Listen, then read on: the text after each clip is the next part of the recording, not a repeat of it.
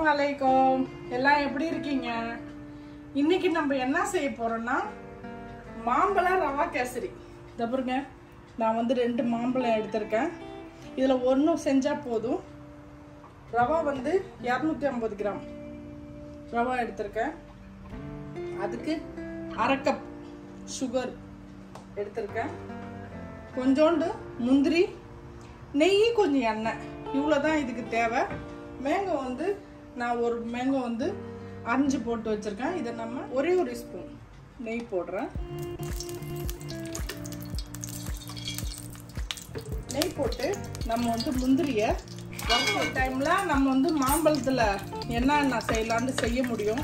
கொஞ்சம் நல்ல மாம்பழமாக கிடைக்கும் நமக்கு. ஆனால் சாதா டைம்ல நமக்கு மாம்பழம்லாம் அவ்வளோவா கிடைக்காது, நல்ல இனிப்பான பழம். அதனால நம்ம வந்து மாம்பழம் டைம்ல நம்ம எல்லாம் மாம்பழத்துக்கு உள்ள ஐட்டங்களை நம்ம செய்யலாம். ஆனால் இந்த ரவா கேசரி வந்து நம்ம சும்மா தான் வெறும் இதாக செய்வோம், கலர் ஏதாச்சும் போட்டு. ஆனால் இதை வந்து நம்ம செஞ்சோம்னா பியூரா நல்லா மேங்கோ வாசனை செம்மையாக தூக்கும்.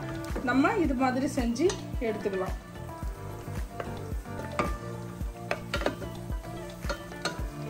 ஒரு கப் ரவா இதில் போட்டுக்கலாம். இது வந்து வறுத்த ரவா தான். சும்மா நம்ம இந்த மாதிரி வறுத்து போட்டோம்னா கொஞ்சம் நெய் டேஸ்ட்டாக நல்லாயிருக்கும். அதுக்காண்டி தான் நம்ம இதை லைட்டாக வறுத்துக்கணும்.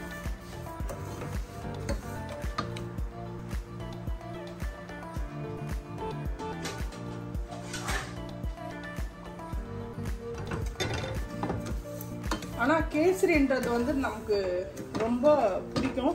ஏன் அப்படின்னா கல்யாணத்துங்களையோ இல்லை ஒரு விருந்துலையோ இல்லை வேற எங்கேயாவது யாரும் வந்துட்டாலும் நம்ம பட்டுன்னு செய்கிறத வந்து கேசரி தான். உங்களுக்கு ரொம்ப டேஸ்டாக உங்களுக்கு பிடிக்கும். இதை நம்ம எடுத்துருவோம். ரவா ரொம்ப வறுக்குவோன்னா, ஏன்னா அது வறுத்த ரவா தான். பல நம்ம ரவா எடுத்தோமோ அந்த கப்பால் நம்ம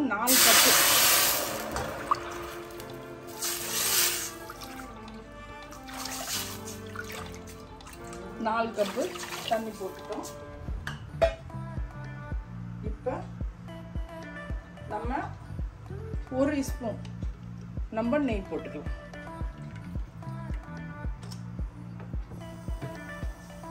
ரெண்டுலேருந்து 3 ஸ்பூனு நம்ம ஆயில் போட்டுக்கலாம். ஆயில் போட்டோம்னா அது வந்து கட்டி ஆகாம கொஞ்சம் இதாக இருக்கும். கொஞ்சமாக சால்ட் போட்டுக்கலாம். சால்ட் எதுக்கு போடுறோம் அப்படின்னா இனிப்பு கொஞ்சம் தூக்கி கொடுக்கும். அதுக்காண்டி சால்ட் போட்டுக்கலாம். இது கொதி வர்றதுக்குள்ள நம்ம ஆம்ரெஸ் பண்ணிட்டு வந்துடலாம். கொதி வர்ற பதம் வருது, அப்படியே வறுத்தோம். இது நம்ம கலர்லாம் எதுவும் போட வேண்டாம். கொதி வருது, நம்ம இந்த ரவாவை இதுல கொட்டிக்கலாம்.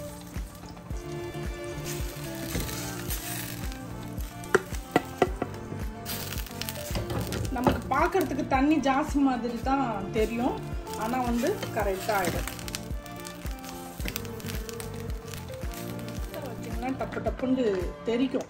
அதனால கொஞ்சம் ஸ்லோவாக வச்சு இதை நீங்க கரெக்ட் பண்ணுங்க. கொஞ்சம் சுகர், இது 1/2 கப் சுகர் சொன்னோம்ல, அதை நம்ம போட்டுருவோம். இன்னும் கொஞ்சம் தண்ணியாட்டம் ஆகும். இது ஒரு 1/2 ஸ்பூன் நெய்யும் போட்டுக்கலாம். இதில் கொஞ்சம் நெய் வந்து கொஞ்சம் ஜாஸ்தியாக தான் ஆகும். ஆனால் அதை வந்து நம்ம ஒரே டைமில் போடக்கூடாது. நம்ம வந்து கொஞ்சம் கொஞ்சமாக தான் நெய் போடணும். அப்போ தான் அந்த நெய் வந்து மேலே வெளியாகும். நம்ம வந்து ஃபுல்லாக ஒரே டைமில் போட்டுட்டோம்னா அது அவ்வளோ எடுபடாது. அது ஃபுல்லாக எல்லாமே உள்ளே போயிடும். மாம்பழம் பியூரி வச்சுருக்கேன். இப்போ இந்த பதத்தில் நம்ம இதை ஊற்றிடலாம்.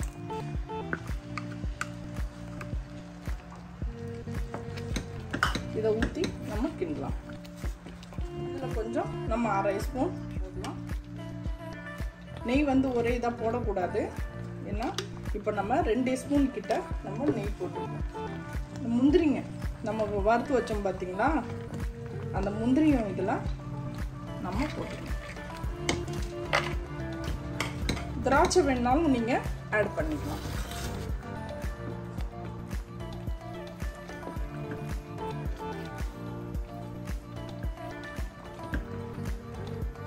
நம்ம மாம்பழத்தையும் இதில் போட்டுட்டோம். இது கொஞ்சம் நல்லா நம்ம கிண்டி விட்டுக்கலாம்.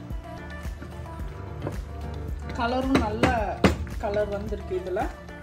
அதனால இதையும் நம்ம இருக்குன்னு நீங்கள் நினைக்க வேணாம். இது வந்து கட்டியாச்சுன்னா உங்களுக்கு வந்து இது நல்லா கெட்டி கொடுத்துரும். ஆறுச்சுன்னா நல்லா கெட்டி ஆகிடும். இது ஆயிடுச்சு. நம்ம வந்து ஒரு 15 நிமிஷம் இதை இப்படியே திறந்தே வச்சுருவோம். அது எல்லாம் கட்டி ஆகிடும். நான் உங்களுக்கு வந்து காமிக்கிறேன். நான் கேஸ் ஆஃப் பண்ணிட்டேன்.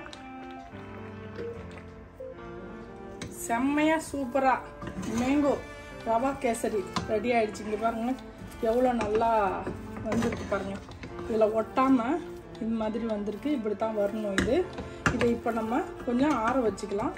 ஆற வச்சு எடுத்தோம்னா சரியாயிடும். பாருங்க செம்மையாக வந்துருச்சுல்ல. நான் இப்போ பிளேட்டில் வச்சு காட்டுறேன். கேசரி செம்மையாக சூப்பராக ரெடி ஆகிடுச்சு. நம்ம வந்து இந்த கோப்பையில் போட்டு இதில் வைக்கலாம். சரியான சூடாக இருக்குது.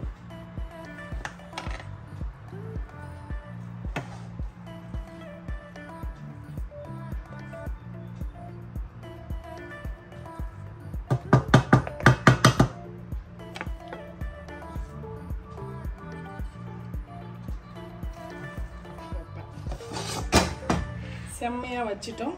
இதில் நம்ம கொஞ்சமாக மேலே மாம்பழம் வைக்கலாம். இந்த பாருங்க இந்த மாதிரி ஒரு மாம்பழம்.